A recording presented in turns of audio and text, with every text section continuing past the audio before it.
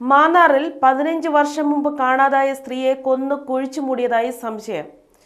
നമസ്കാരം, കൊട്ടാരക്കര മീഡിയയിലേക്ക് സ്വാഗതം.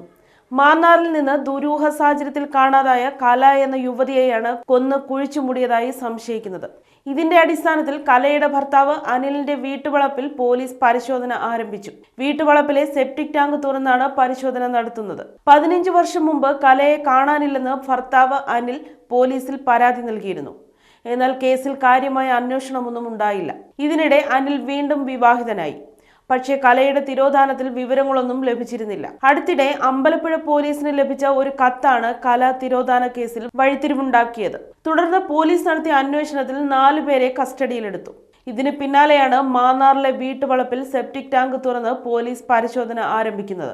അതേസമയം സംഭവത്തെക്കുറിച്ച് പോലീസ് ഇതുവരെ ഔദ്യോഗികമായ വിവരങ്ങളൊന്നും പുറത്തുവിട്ടിട്ടില്ല.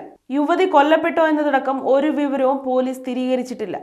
കലയുടെ ഭർത്താവ് അനിൽ നിലവിൽ വിദേശത്താണെന്നാണ് വിവരം.